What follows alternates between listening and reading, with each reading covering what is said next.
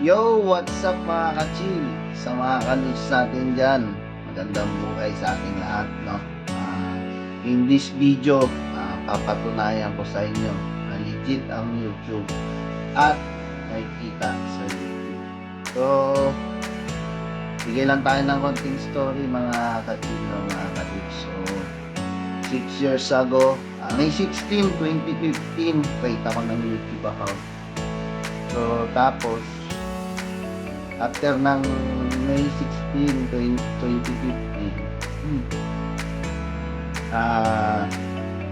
unang upload ko ng video, 6 years ago, isang video pa lang yun, parang slideshow lang ng mga tropa.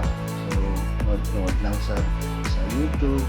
So, yung account ko para lang sa pag nanonood sa YouTube, no? No, tapos, pangalawang upload ko 4 years ago, isang video lang din ulit. Tapos hanggang sa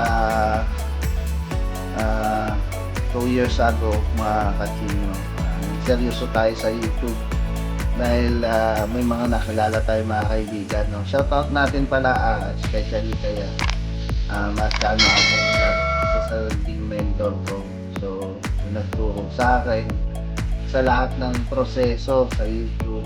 Kay Chef Manny, mga kasama ko yan sa trabaho, so shoutout sa inyo. Saka sa mga taong makilala natin na naggabay at nag-guide sa atin sa YouTube. So, yun na nga, 1 year ago, parang 2019, doon tayo nag-start na mag-upload at mag-seryoso sa YouTube. Tapos hanggang sa upload ng upload, umabot na rin tayo ng nung naka-reach ako ng 4,000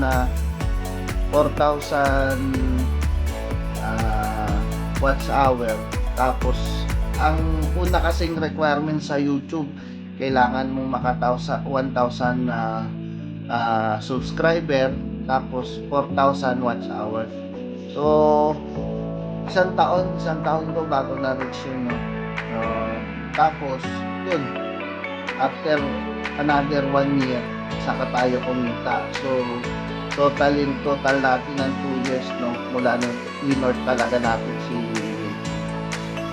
So, yun, upload video hanggang sa umabot ng 1,280 yung subscriber natin. Tapos naka-upload din 188 videos. Yun na mga kasin. So, ginawa natin, enjoy lang natin yung pag-vlog, no? Pag may dati, niluluto ko. Yan, kasi niluluto, cooking show ba? So, ano yung niluluto natin? Video, upload natin. Tapos, kain sa labas. Pag kumakain kami ng mga trabaho ko. So, yun, simple lang. Tapos, hanggang sa napasok natin yung pagbabike, no? Sa pagbabike, doon may tumama yung views ko. Especially pag mga bike review, bike check, yan. Tapos hanggang sa ay try din tayong unbox kung ano sinubukan natin, no? Kasi hindi naman tayo sikat. So, sa mundo kasi ng YouTube, pag famous ka, yun, marami kang viewers, maraming nagsishare, pero kung simpleng tao ka lang, tulad natin, simpleng mamamayan, no? Hindi tayo famous, hindi tayo pogi. Wala rin tayo ganong talent, mga katsid, no? Kaya, kailangan mo siyang i-work. Yun. Tapos, nung maka 2 years naman, so, congratulate yung sarili ko. Tapos, naka-reach din tayo na-try din natin na sumahod. So, ganito kasi ang process sa YouTube, no? Magsa-sign in ka kay Google, so Google AdSense. Tapos yung Google magbabayad sa inyo ng YouTube. Tapos ang YouTube, maghahati kayo, no? Ganito, parang ganito ang hatian niya, 60-40. So, 60 sa'yo, 40 kay YouTube. So, yun na nga, to cut the story short, after 2 years na pag-work natin kay YouTube, so chill-chill lang, relax lang, simpleng video, enjoy mo lang, lalo na hindi ka ganun ka popular o walang ganung nanonood sa'yo. Enjoy mo lang yung ginagawa mo, advice lang sa mga bago pa lang.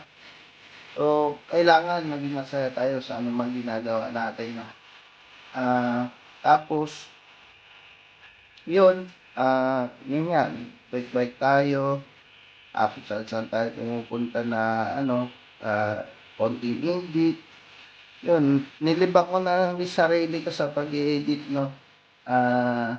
Gawa ng kahit minsan nakakapagod, no? Minsan magugulo ka na kasi dami na ng video mo tapos hindi mo pa na-edit. So, yun na nga, mga katinaw, mga kalugs.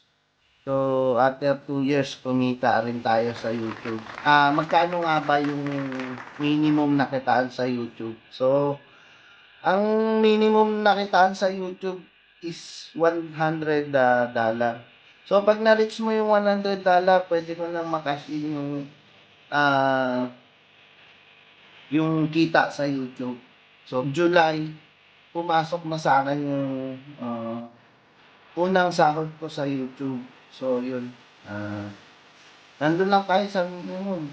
Baka tayo ng $200. Pero, ayos pa rin. Kasi yung pinaghirapan ko o nakita ko rin kahit pa paano, no? Nandun man yung napakatagal na panahon, no? O oras o ano man yan. Pero at least meron kahit pa paano. So, yun na nga, dumating siya ng ah, July, August. So, ganito kasi yan, pagkapasok sa'yo ng isang, alimbawa, July, yun, papasok sa'yo yung pera. Pagkatapos, hihintayin mo na pagbago ka lang, mag-pin-upang ka, saan mo papadala, sa bangko. Halimbawa, sa akin, sa bangko ko sa inano, after July, pumasok na yung, nagkaroon na ng number o PIN dun sa Google AdSense ko. So, yan, sa Google AdSense na magtitingin kung magkano kita mo. At, tapos yun, nung pumasok na siya, after July 1st, August 1st yun eh. August 1, after 21 days, nung sa transaction na yon, mga transaction na naganap, 21 days, pumasok man siya sa account ko. So, legit si YouTube, mga kachil, mga kanod, sa mga nag-iinteresadong mag-YouTube dyan, talagang makikita ka YouTube. Pero, uh, hindi ganun kadali. Para sa mga nag-aangad na kumita rin, katulad ko dati, nag-aangad lang din ako yun. Hanggang sa na-try din natin, no? Pero hindi ako monthly, mga ka-chill, no? Hindi monthly, walang monthly akong sinasahod. Pero, pag, halimbawa, ikaw, tinatrabaho mo talaga siya at maraming nanonood sa'yo, yung content mo is maganda, maraming interesado, yan, isip lang kayo ng magandang content, magandang video, simpleng edit lang. Yung iba nga, yun na mismo, yung pagka-video, actual post, pero nagte-trending, no? So, yun lang, no? Swertihan lang din. Kung kapalaran mo is di dadating. So, kung hindi, di wala. So, ganun lang. Pero, kahit pa paano, na-experience ko si YouTube at ako mismo ang magsasabi na legit si YouTube. So, yun nga, ang Google AdSense mababayad sa inyo ni YouTube. So, parang partner tayo ng YouTube. No? So, sa mga nakasama ko sa YouTube, no? Saka sa mga matagal na nag-YouTube, huwag kayong mawalan ng pag-asa. So, try lang at saka enjoy nyo lang. Eh, minsan kasi sa buhay natin, no, bakit ganito, bakit ganyan. So, unang-una, higit lalo nagpapasalamat tayo pala sa Panginoon. Dami ko na sinabi dapat kanina. So, unang-una, papasalamat tayo sa Panginoon. Sa gabay niya, no, sa wisdom, knowledge na pinagkaloob niya. So, sa mga taong nakasama natin sa video, sa lahat. So, maraming salamat sa mga sumuporta at nanood ng mga video natin. Maraming salamat siyempre sa mga tumulong. Konting word of wisdom, mga kachil, no? Sa mga kapwa ko vloggers, YouTuber dyan, no? Hindi ka man kumikita pa sa ngayon, wala ka pa man resulta sa ngayon, enjoy lang ang buhay, huwag kang mawawala ng pag-asa. Lagi lang nating tatandaan na nandiyan si God, na tayong gabayan, tulungan. So, malay mo, hindi pa to yung panahon para sa'yo, o hindi ito yung landas na para sa'yo.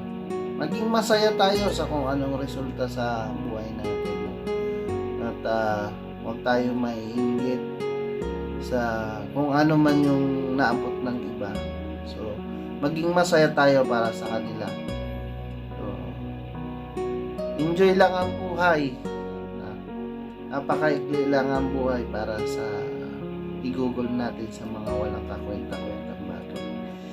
So, yun lang mga kachil, mga kaluts. So, panatilihin natin maging masaya, no? Lalo na ngayong pandemic. Ingat po tayong lahat. At mahalin natin kung ano man yung ginagawa natin sa buhay. At maging masaya tayo sa kung anong meron tayo. So, makontento tayo, no? So, hindi yung makontento ka sa gantong buhay, ganyang buhay. Nandun pa rin yung pagsusumikap. Hindi ko lang sabihin na kung ano man yung meron sa'yo ngayon, trabahuin mo at maging masaya ka.